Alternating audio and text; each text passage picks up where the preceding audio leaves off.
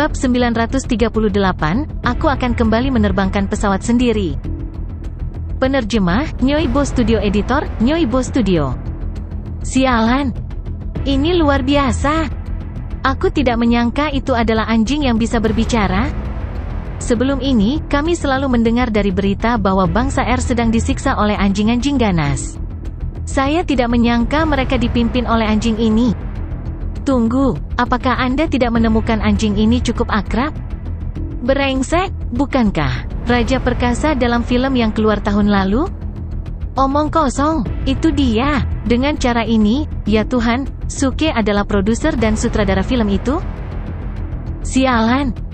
Brengsek, ternyata adegan di film itu bukan special effect. Film orang ini benar-benar payah. Saya benar-benar berharap saya tahu kepada siapa harus mengeluh tentang hal itu. Menurut semua topik yang diangkat oleh Budfest, netizen mengingat film yang begitu populer di dunia tahun lalu. Suke mengubah penampilannya di film. Oleh karena itu, tidak ada yang bisa mengaitkannya dengan film tahun lalu. Namun, kemunculan Budfest langsung membangkitkan diskusi dan ingatan orang. Kemudian orang mulai mengasosiasikan Suke dengan film yang dirilis tahun lalu. Tiba-tiba, banyak media berita menyewa tim pewawancara yang berani menawarkan hadiah besar dan mengirim tim tersebut ke Air Nation untuk mencoba mewawancarai Budfest. Pada awalnya, Budfest tidak mau menanggapi undangan wawancara karena itu akan merendahkan martabatnya. Namun keesokan harinya, ketika dia tahu wawancara akan disiarkan ke seluruh dunia, dia segera menerima undangan wawancara. Hari itu, orang-orang di seluruh dunia berkumpul di depan TV atau komputer mereka untuk menonton siaran langsung. Di awal siaran langsung, Budfest muncul di depan kamera. Mengenakan jas dan kacamata berbingkai kawat, dia berjalan di jalan seperti manusia. Dia bahkan menyisir rambut di dahinya. Di belakangnya, sekawanan anjing mengikutinya dengan angkuh. Seluruh jalan hampir ditempati oleh Budfest. Menurut perintahnya, semua toko di jalan ini hanya bisa membuat dan menjual tahu bau karena dia akan membangun jalan tahu bau dari fraksi surga yang meledak. Setiap kali dia melewati sebuah kios, dia akan memberikan instruksi atau mengomentari barang dengan anggun seperti seorang kaisar. Perhatikan suhu oli. Kecilkan apinya sedikit. Brengsek, apakah kamu tidak tahu cara memasak tahu bau? Tahu itu rusak. Omong kosong, apa yang Anda lakukan tidak benar. Tidak, kalian semua salah. Beraninya kau mengambil jalan pintas di depanku. Anda bahkan tidak menambahkan kotoran ke dalam panci. Bagaimana Anda bisa mengatakan itu adalah tahu bau? Seseorang bawakan aku kotoran serigala emasku yang berharga? Semua reporter dan fotografer di sampingnya tercengang. Budfest meminta bawahannya untuk menambahkan kotoran ke dalam panci. Kemudian dia mencicipi tahu di dalam panci. Adegan ini membuat semua reporter dan fotografer muntah di tempat. Mereka mengira Budfest sedang bercanda sekarang. Mereka tidak menyangka dia benar-benar bisa memakan tahu bau yang dimasak dengan kotoran. Apakah ini berarti Budfest benar-benar percaya bahwa tahu bau harus dimasak dengan kotoran? Ini benar-benar menjengkelkan. Netizen pun dibuat bingung. Saya telah mendengar begitu banyak orang mengatakan mereka akan memakan kotoran selama pertunjukan langsung. Tapi ini adalah pertama kalinya saya melihat seseorang melakukannya dengan mata kepala sendiri. Akhirnya, para wartawan tidak bisa menontonnya lagi. Mereka bergegas dan segera memulai wawancara. Halo, Raja Perkasa yang terhormat, apakah Anda mengenal Suke? Bisakah Anda mengomentari pertarungan antara dia dan ketiga malaikat itu? Apa, Suke? Jangan sebut nama ini di depanku. Aku akan selalu kesal saat mendengarnya. Bisakah tolong beritahu kami alasannya? Dia terlalu tak tahu malu. Sebagai Raja Perkasa yang jujur, aku meremehkan keberadaannya. Oh, bisakah Anda memberitahu kami alasan terperincinya? Dia berbohong padaku. Dia bilang aku bisa membeli semua restoran di jalan dengan 1 spirit stone. Tetapi faktanya adalah saya telah menempati lusinan jalan tanpa menghabiskan 1 batu roh pun. Yang paling saya benci dalam hidup saya adalah penipuan. Setelah mengatakan itu, Budfest menoleh ke kamera video dan berkata dengan ganas, Suke, kamu tidak tahu malu. Saya telah menduduki Air Nation. Jangan ganggu saya di masa depan, atau Anda akan dihukum. Terkesiap, para wartawan tidak bisa membantu tetapi terkesiap. Penonton siaran langsung juga terkejut. Anjing ini berani mengucapkan kata-kata itu. Apakah ini berarti dia bahkan lebih kuat dari Suke? Dengan cara ini, tidak ada yang bisa menyelamatkan Air Nation. Oh, aku sangat merindukan gadis-gadis Air Nation. Apakah mereka akan melanjutkan karir akting mereka? Akankah seni unik itu hilang selamanya? Netizen Huaxia terus membicarakan masalah ini, dan mereka tertarik dengan tanggapan Suke terhadap provokasi Butfest. Malam itu, ketika Su Feifei memperlihatkan video ini kepada Suke, Suke menghubungi media dan meminta mereka untuk mencetak jawabannya di surat kabar. Tanggapannya hanya beberapa kalimat sederhana. Butfest, apakah kamu terlalu percaya diri, atau aku terlalu lemah untuk mengalahkanmu? Jika Anda tidak kembali dan berlutut di depan saya akan pergi ke Air Nation dan membunuh Anda. Kata-katanya tersebar ke seluruh dunia dalam semalam. Banyak orang yang tertarik dengan masalah ini terhibur dengan tanggapannya. Tidak ada yang bisa mengacaukan Suke dengan mudah. Keesokan harinya, Butfest memanggil pers dan memberikan jawabannya di depan kamera video. Suke, kamu tidak tahu malu. Kenapa aku harus kembali padamu? Apakah kamu tidak benar-benar tahu alasannya? Suke segera menjawab, alasan? Saya tidak punya alasan, tetapi saya hanya memerintahkan Anda untuk kembali kepada saya. Terserah kamu. Jika saya tidak melihat Anda dalam 2 hari, saya akan mulai melantunkan mantra. Omong kosong, Butfest mengutuk di depan kamera video dengan marah. Dengan ini saya bersumpah saya lebih baik mati daripada kembali. Oke, kami akan menyiarkan balasan Anda ketika kami kembali ke kantor kami. Para reporter tidak melakukan siaran langsung saat ini. Untuk mewujudkan efek yang sempurna, mereka memutuskan untuk merekam dan memproses balasan Butfest sebelum mengirimkannya. Sekarang, wawancara telah selesai. Mereka akan segera pergi untuk mengejutkan seluruh dunia lagi. Mereka bahkan telah menyusun sebuah judul, pertarungan antara seorang pria dan seekor anjing.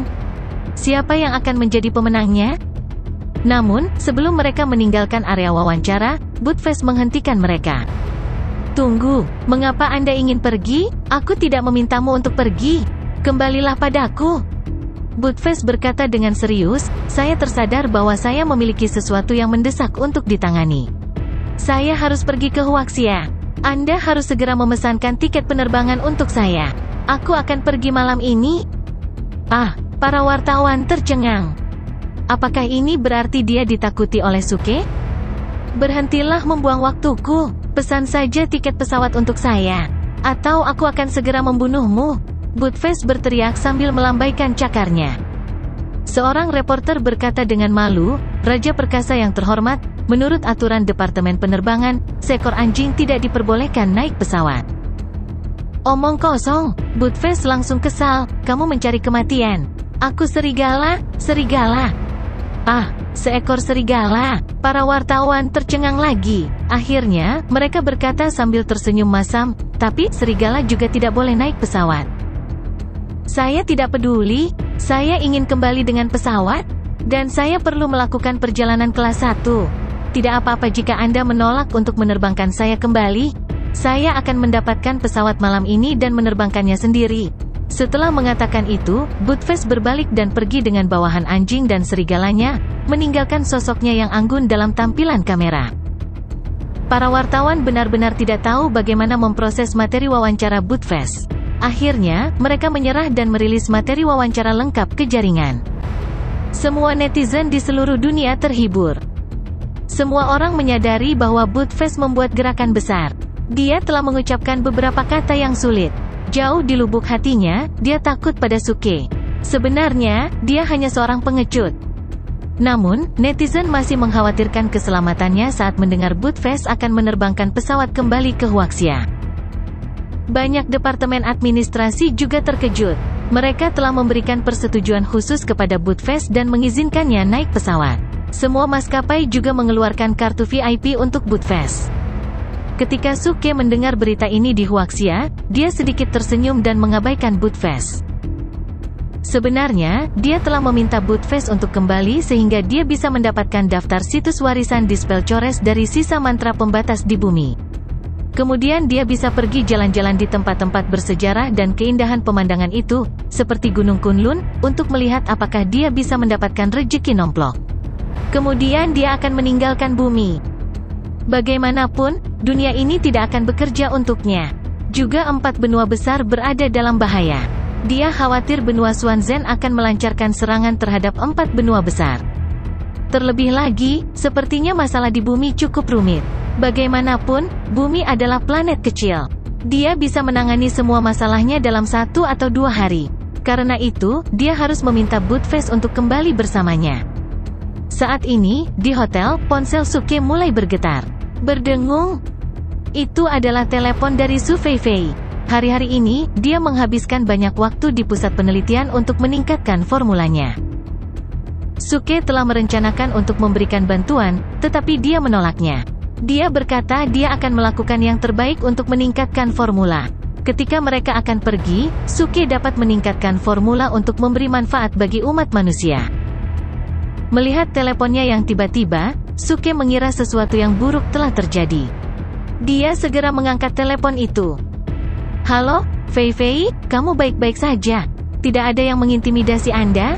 Ayo, katakan padaku, biarkan aku.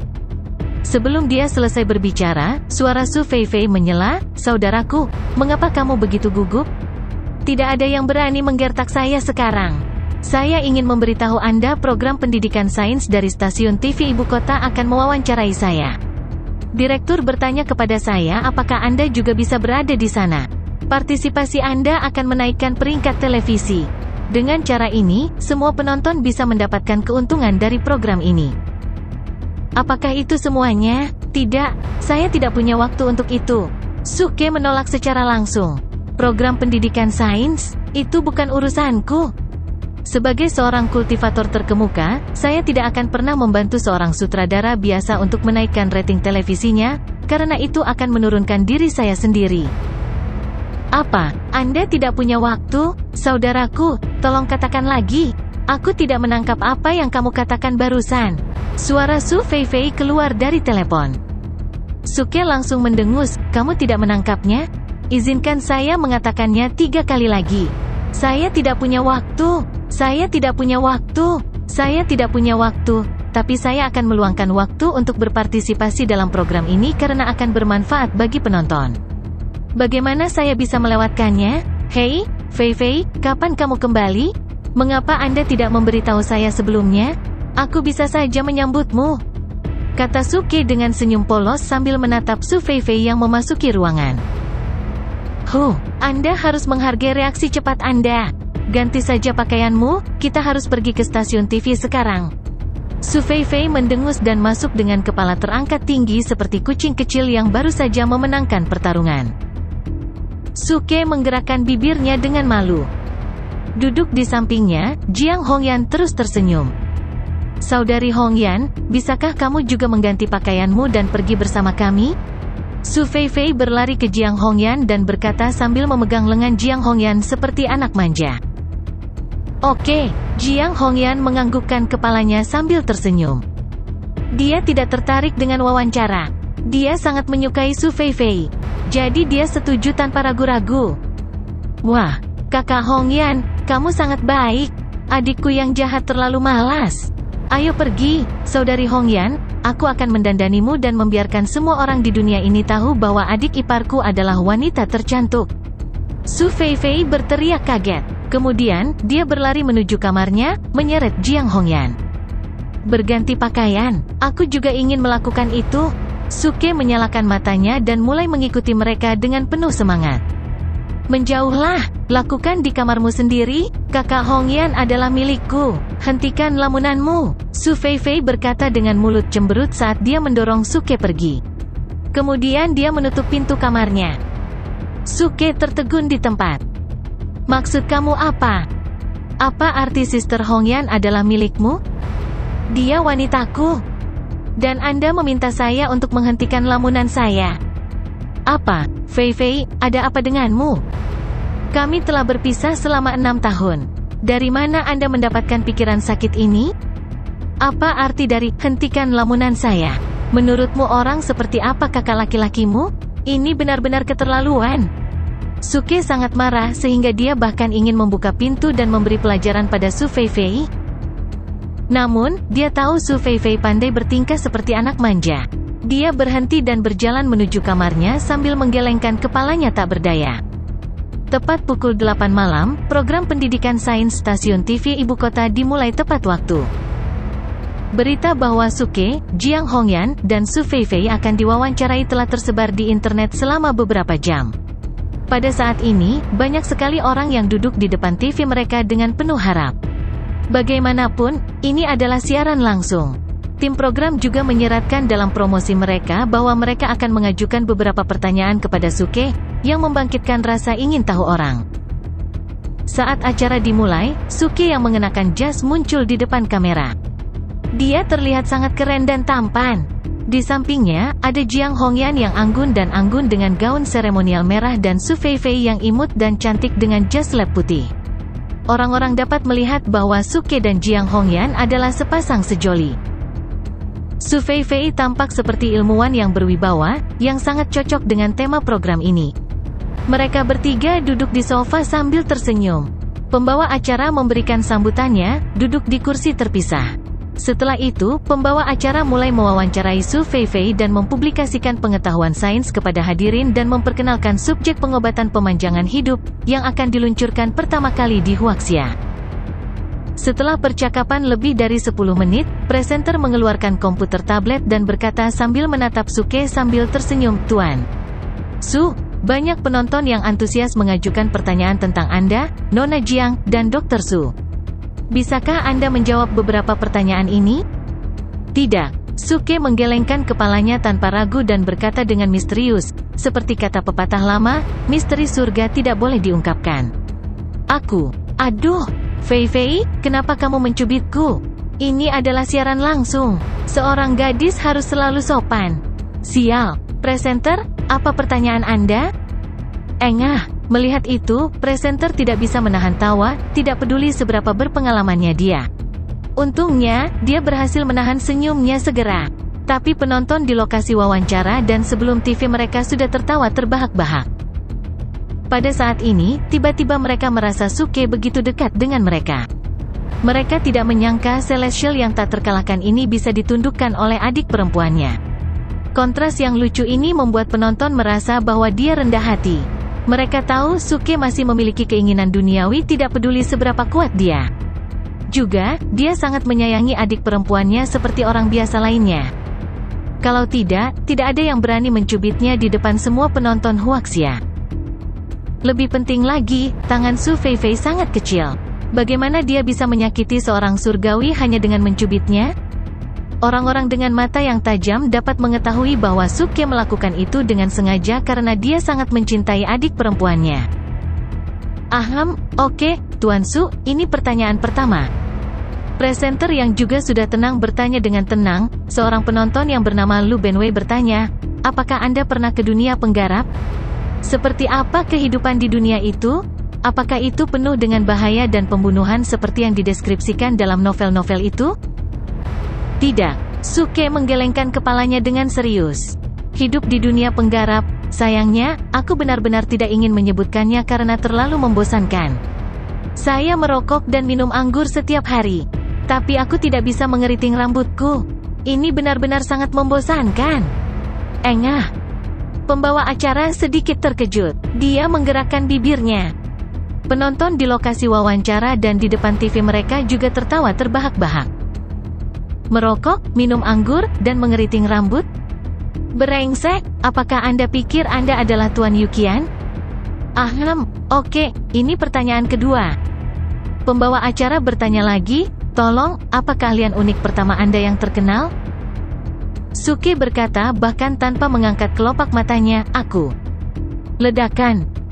Sebelum dia menyelesaikan kalimatnya, ledakan besar tiba-tiba terdengar di belakang mereka. Kemudian dinding belakang bilik wawancara runtuh. Hidung pesawat raksasa menabrak bilik. Suke berdiri dan segera mengepalkan tinjunya. Kemudian pesawat berhenti. Semua penonton, presenter, dan Su Feifei dikejutkan oleh adegan ini dan tidak tahu apa yang terjadi. Bagaimana bisa sebuah pesawat menabrak lokasi wawancara langsung? Apa yang sedang terjadi? Klik klik klik, bang. Pintu kokpit pesawat ditendang secara tiba-tiba. Kemudian, di depan penonton yang tak terhitung jumlahnya, Buttfast melangkah dengan jijik sambil mengeluh, pesawat yang lusuh. Saya baru saja mengendarainya sebentar. Saya tidak menyangka itu bisa crash dalam waktu sesingkat itu. Sungguh mesin sampah. Kemudian dia menemukan dia sedang ditatap oleh penonton dan Suke yang tersenyum padanya dengan dingin. Dia tercengang. Kakak Ke, apa yang membawamu ke sini, saudara Ke? Ahaha, sungguh, kebetulan. Buttfast berkata dengan senyum bersalah. Benar, kebetulan sekali, Buttfast. Suke berkata sambil tersenyum. Presenter, pertanyaan Anda adalah apa keahlian unik pertama saya yang terkenal, bukan? Biarkan saya tunjukkan di sini. Setelah mengatakan itu, Suke berjalan menuju Buttfast. Melolong, apa yang akan kamu lakukan? Menjauhlah, omong kosong. Tunggu sebentar, beri aku 3 detik untuk menemukan arah. Buttfast mengubah ekspresinya dan segera mulai melarikan diri. Suara mendesing. Suke melompat ke udara menginjak petir. Kemudian, dia melambaikan tangannya. Batang hitam besar muncul di tangannya.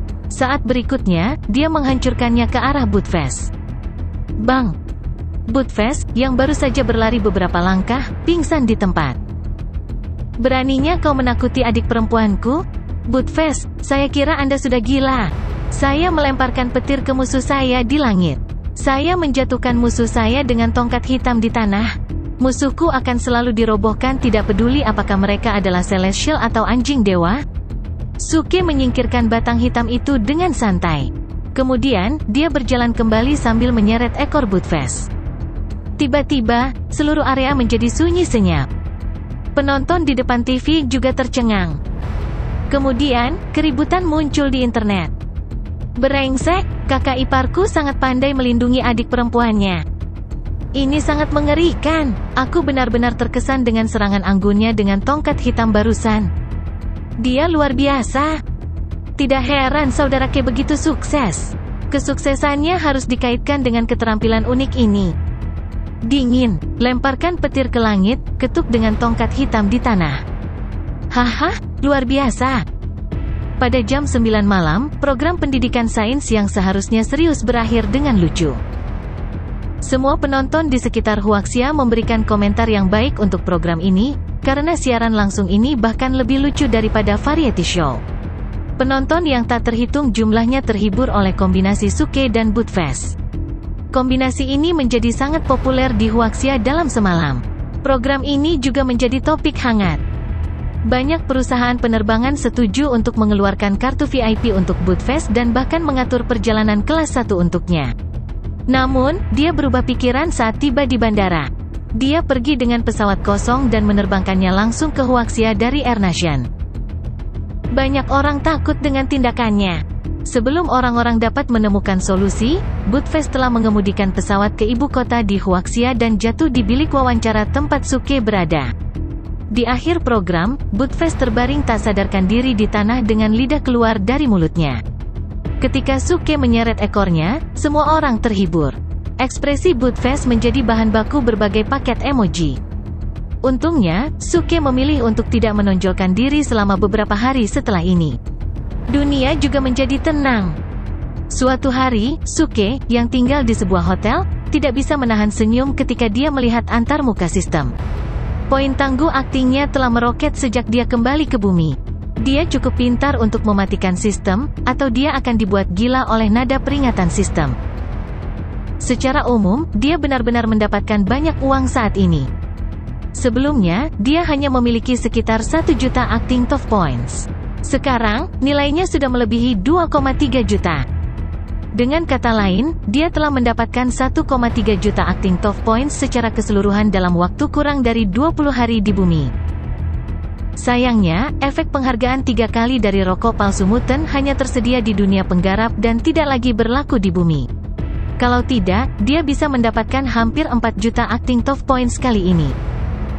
Cukup aneh bahwa tingkat pertumbuhan acting tough points-nya melambat ketika nilai totalnya mencapai 2,3 juta. Pertumbuhannya hampir berhenti hari ini. Sepertinya dia telah menemui hambatan. Sistem, apakah Anda akan memaksa saya untuk memutakhirkan lagi? Mengapa pertumbuhan acting tough points saya tiba-tiba berhenti? Suke menanyakan sistem di hotel. Sistem menjawab dengan singkat bahwa acting tough points yang bisa dia peroleh di bumi telah mencapai batas atasnya. Bagaimanapun, ini adalah dunia orang biasa. Apa yang bisa dia lakukan untuk bertindak tangguh sangat terbatas. Karena jaringan yang berkembang dengan baik, dia akan menjadi terkenal setiap kali dia membuat keributan besar.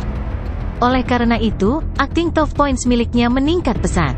Tetapi nilainya telah mencapai batas atasnya.